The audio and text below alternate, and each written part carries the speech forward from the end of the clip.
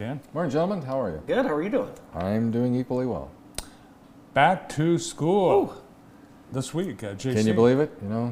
Another lap around the sun. Here we are. Back to it. Yeah, we're all excited. Last week, of course, we had a very busy week with all of our faculty learning days, convocation, State of the College address, those kinds of things. So last Thursday was also move-in day into student housing, so another busy time there as well. I believe you are celebrating a quarter of a century of leadership at Jackson College. That would be true, sir. Yes, it is. Wow, Congratulations. Oh, thank you. Yes. Does it show? No, not at all. Not at all. Okay. Well, let's go with that. And then, of course, fall semester kicked off yesterday, and I was sharing with you, it seems like it just switch flips the day school starts, and it's just completely, the environment changes. It's amazing. It does. New students, faculty ready to go, and just kind of a good buzz. It really is. There's that traditional cadence we have, but I would also say that we're kind of a year-round enterprise as well. So even through the course of the year, there's still courses going online, on the ground, a lot of work happening at the corrections education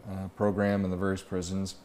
Lots of things happening over the course of the year, but there's always that big push, as you point out, in the fall, a lot of buzz, a lot of activity, and with convocation, those kinds of things. It's a lot of fun. And in addition to our new students coming onto campus, I'm also excited about our new Chief Academic Officer, Dr. Benjamin Valdez. Excited to have him come to us from South Dakota. He's hitting the ground running, so he's been with us now into his second week. Just a very kind man. A lot of great experience, and as we continue to expand our vocational technical programming, we're looking to capitalize on his expertise in that area. He's also been a huge leader in the Higher Learning Commission, which is our regional accreditor, and we've got our comprehensive visit coming up in 2027. So I get to work with him in partnership with so many of our other colleagues across the institution getting ready for that comprehensive review. Yeah, the accreditation, that's it's a big deal. So that's for the whole institution. Of course, we have other secondary programs where we have requirements for accreditation like respiratory therapy, radiological sonography, those kinds of things. So those programs are important for us to be able to have that secondary accreditation for not only a statement of quality, but also there are some requirements that we have that, and I think many of the hospitals or other care facilities require a lot of those credentials, so it is kind of the good housekeeping seal of approval for many of our students. Yeah. Plus you've been doing the job of Chief Academic Officer for a couple of years. I have. I've been doing 2 jobs. Yeah, it's that must show. Yeah, it's been a pretty heavy lift. We've had a lot of fun, a lot of hard work. Of course, a lot of that is in preparation for the accreditation visit, getting a lot of systems in place. I haven't been a chief academic officer for quite a while, and so had to get my sea legs back and kind of work with our faculty. But one of the things that is kind of the blessing for me is just having that time, just really close in with our faculty, getting to know them more in their craft and their work and their commitment, their personhood, if you will, and just really reinforces to me the quality and skill and capability of our faculty, and I couldn't be more proud of our instructional team if I wanted to. It's just a real pleasure to work with them, and we've built a lot of structures and systems, an academic council. We've created instructional quality committees. It's just a phenomenal body we've taken in for work for this past couple of years, and I'm just really pleased to have been a small part of it. Let's take a look at some of the activities of the past week, the first week of school. Yes. Students moved into campus housing, looking very excited. Yes, we've got well over a couple hundred students living in housing, and of course this is the beginning of the fall semester. Our semester is divided up into 2 segments, 2 7-week terms. So we have the first push coming last Thursday, and we'll have another goodly number coming in the second 7 semester. So was your college housing as nice as that, Dan? No. My housing experience was comprised of cement block walls. Yeah, that was it. And there was like this a badly functioning accordion door that went between my unit, the other unit, and the little tiny bathroom, the shower, and the toilet in between. So we thought that was, really that was tall luxurious. living there. But it almost looked like a prison. Yeah. It was designed to be safe and not have to be replaced very often. So concrete masonry doesn't allow for damage. It's amazing what the students get to have the amenities over at Oh my gosh. the on-campus living. Yeah, It well, is. you know, we had cooking facilities on each floor, but it was at the end, and it was this piece of crap little sink and like a 2-burner stove. And We had that was too. Was it white? yeah, it was.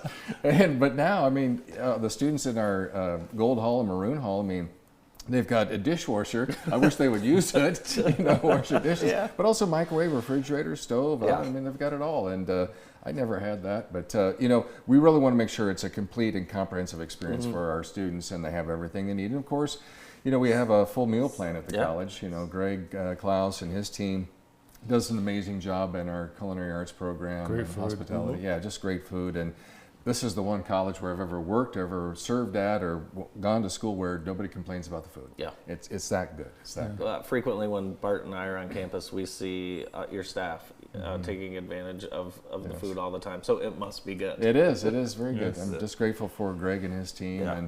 And I was this Friday. I was supposed to go to a contest. They have like a Top Chef kind of thing, Iron Chef, whatever, and they get together, and all of the employees are competing for kind of the best meal. And this Friday, I was supposed to be the final judge, and I was looking to get some really good food, and I had another conflict, so I'm not able to go. So one of our teammates is doing that. There's the freshman 15 for sure at JC. Oh, man. Yes. Oh yes.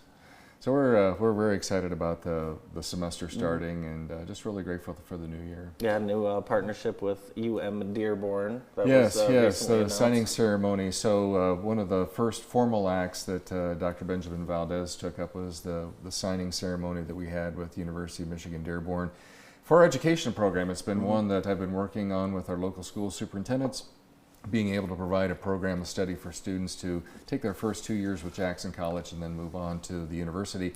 And we're excited about the expansion of our relationship with Dearborn. They're wanting to have more programs and services with us, so we'll see how that goes. And we appreciate Trustee Teshna Thomas being there with us for that event as well. Yeah, which means more opportunities for people right here in Jackson. Absolutely. It's awesome. And we have a partnership, of course, on campus with Grand Valley State University. I was meeting with those folks just a couple of weeks ago, talking about more programs, more services available to nursing and allied health area, but also business and public administration and some other areas as well. You actually have medical facilities right on campus, Yes. including the simulation labs, which are pretty awesome. Yes, well, yes, we've had a great relationship with Henry Ford Hospital for many, many years. Of course, the clinic is great for students and employees. But what you're seeing here in these new spaces is the new medical simulation center that we are putting in place. In fact, we'll have the ribbon cutting ceremony on October 13th. We are going to have that as before our board meeting. That's going to be on in this facility, Whiting Hall, be at 5 o'clock. I want to acknowledge truly not only the partnership we've had with Henry Ford Hospital, Jackson Hospital, but also the funding that we received from the state of Michigan and also from the Alro Foundation, the Al Glick family. Together, it's about a $4.3 million program. So this medical simulation center will be kicked off October 13th. Of course, we got some of the faculty wanting to get in there now and start doing, so we've allowed for some lab sessions to take place in there. But there's nothing anywhere close to this in the state of Michigan. This is top of the line.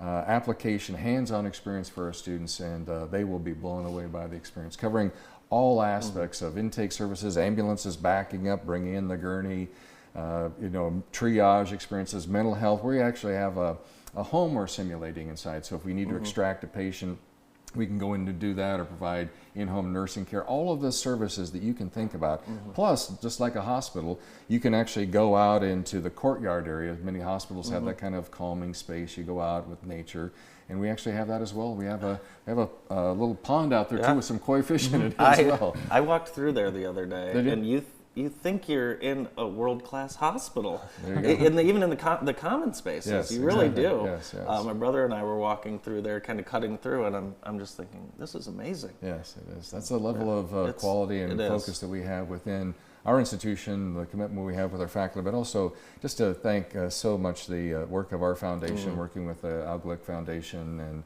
the Glick family, just so very powerful in those kind of investments in helping future generations. Great forward-thinking people here. Absolutely, in this town. absolutely. It's not the only construction project on campus. The CAT building Yes, is underway. yes, we're really excited about that too. So our Advanced Technology Center, this is a facility that has been coming up. It's been fun to watch it up by the water tower. And this is a facility that is designed to be expandable. So as we continue to expand with the needs of our region, whatever those are, we can actually append to this building.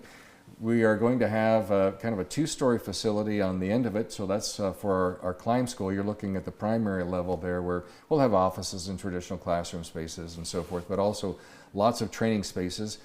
We will have on the taller part, as you can see on the left side of the screen there, that's where we'll have, I think, about 12 telephone poles in there. Right now there are manhole covers in there, and we'll actually set the poles in for climb training for all kinds of people, whether they're working for the energy companies like consumers, or they're working with like the cable companies or telephone companies. Sure. They can certainly go in and use that, and they're designed to be extracted. After a while, those boots kind of chew up a telephone pole, so they'll pull that out and put some new ones in as well. That's cool. Did you see the meteor shower through your astronomical the observatory? Perseus, yes. We just had an event on campus. In fact, we've got another one coming up on October 18th.